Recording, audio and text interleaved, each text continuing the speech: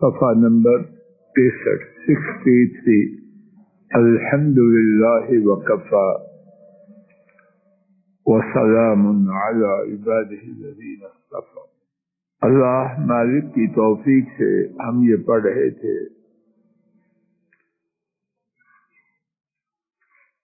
کہ جناب حسن رضی اللہ عنہ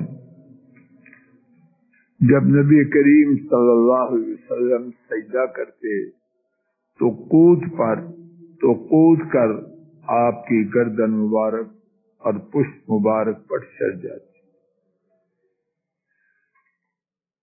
نبی کریم صلی اللہ علیہ وسلم جب سجدہ سے اپنا سر مبارک اٹھاتے تو بڑی شفقت سے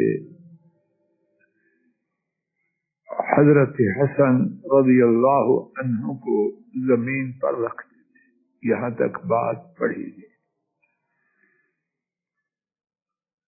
انہوں نے یعنی حضرات صحابہ رضی اللہ عنہم نے عرض کیا، یا رسول اللہ صلی اللہ علیہ وسلم انک تصنع بهذا الغلام شیئا ما رأیناک تصنعه بأحد۔ آپ اس نوعمر بچے کے لیے وہ کچھ کرتے ہیں جو ہم نے آپ کو کسی اور کے ساتھ کرتے ہوئے نہیں دیکھا۔ اس کے ساتھ غیر معمولی شفقت۔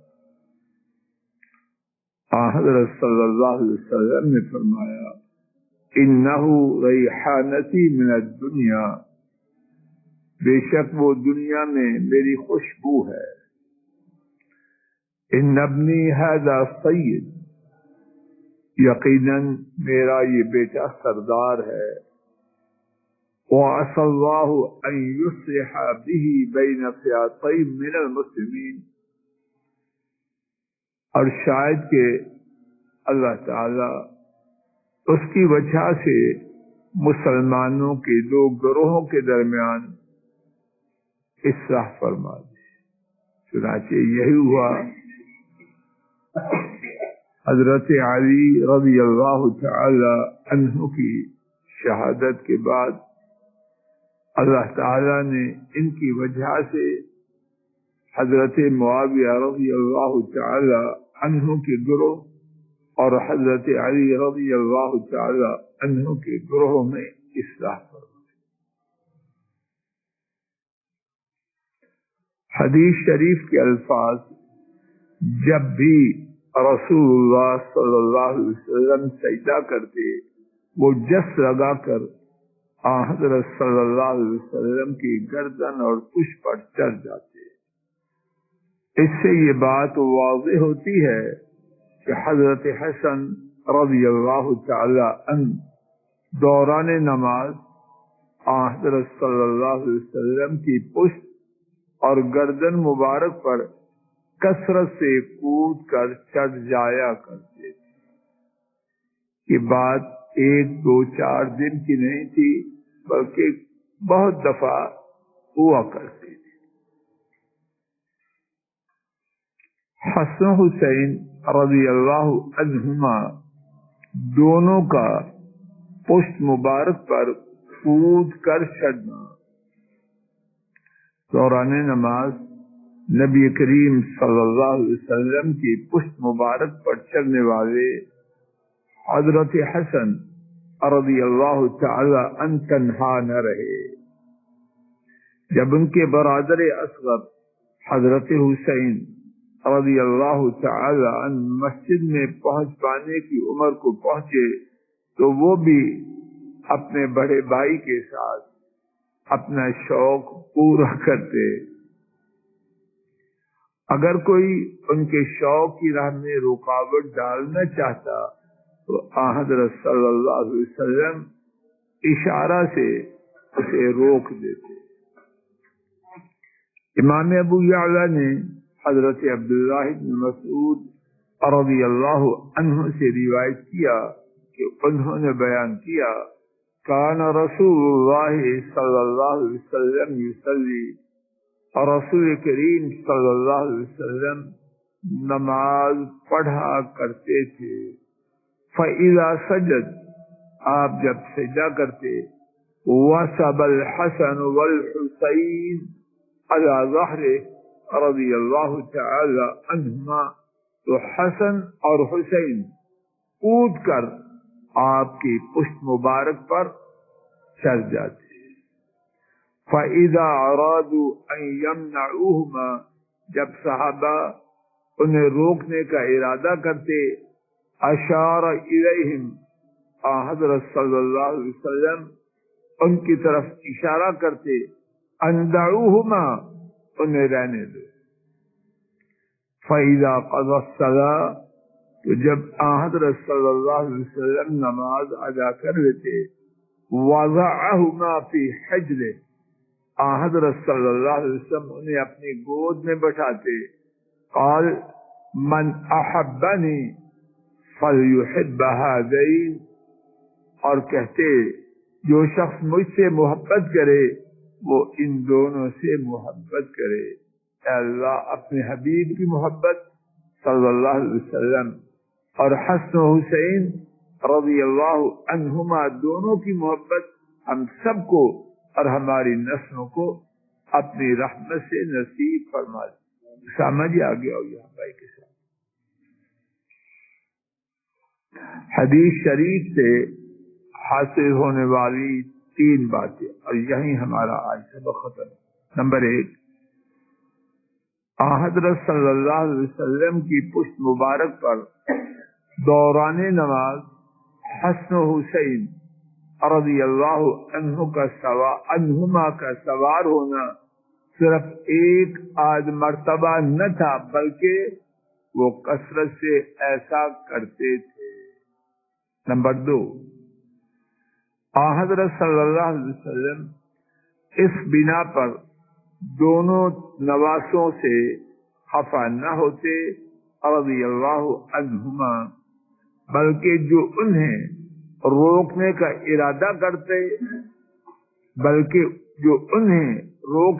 ارادہ کرتا اس کو اشارہ سے منع فرماتا، اور نماز سے فارغ ہونے کے بعد عذراہ شفقت و پیار ان دونوں کو اپنی گود مبارک میں بٹھا دیتے۔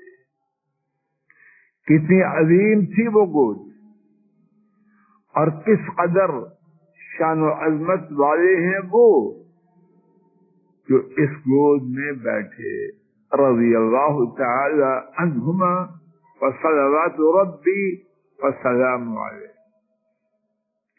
حضرت صلی اللہ علیہ وسلم اپنے چاہنے والوں کو حسن و حسین سے رضی اللہ عنہما ان دونوں سے محبت کرنے کی تلقین فرماتے۔ جو مجھ سے محبت کرتا ہے کیا کرے؟ ان دونوں سے محبت کرے، رضی اللہ عنہم اجمعین۔ یہاں یہ بات نوٹ کیجئے، اللہ پاک کا ہم پر کتنا کرم ہے۔ اہل بیت کی محبت ہمارا ایمان ہے، اور ہر صحابی کی محبت ہمارا ایمان۔ یہ اللہ کا فضل ہے، کیسی اللہ کی نعمت ہے کہ یہ نہیں معاذ اللہ کچھ کو برا کہیں اور کچھ سے محبت نہ آنا۔ ہماری محبت کی اساس کیا ہے؟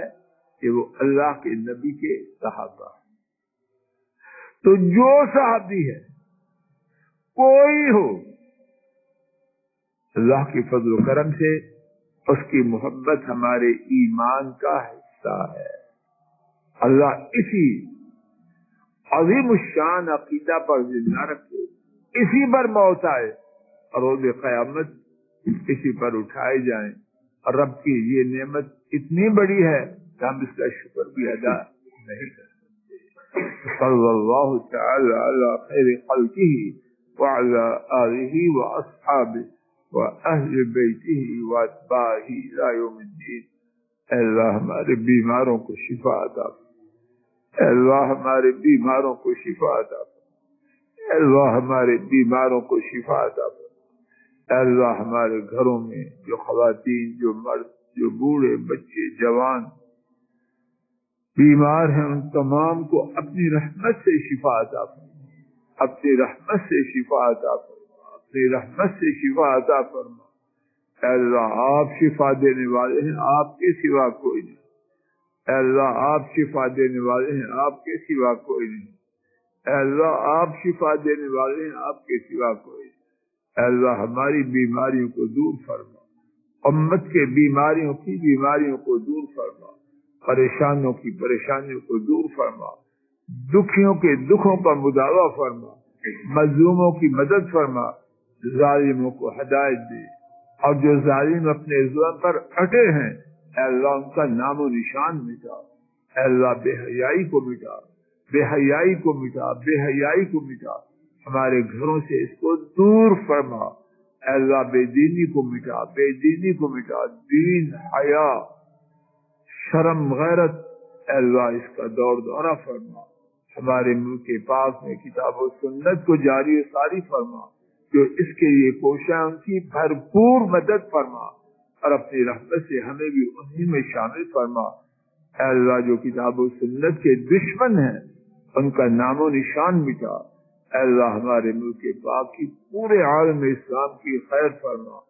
اے اللہ ان کے دشمنوں کو تباہ و برباد فرما، نیست و نابود فرما، اور پوری انسانیت کے لیے باعث عبرت بنا۔ وصلی اللہ تعالی علی خیر خلقہ وعلى آلہ واصحابہ وأهل بيته وأتباعه إلى يوم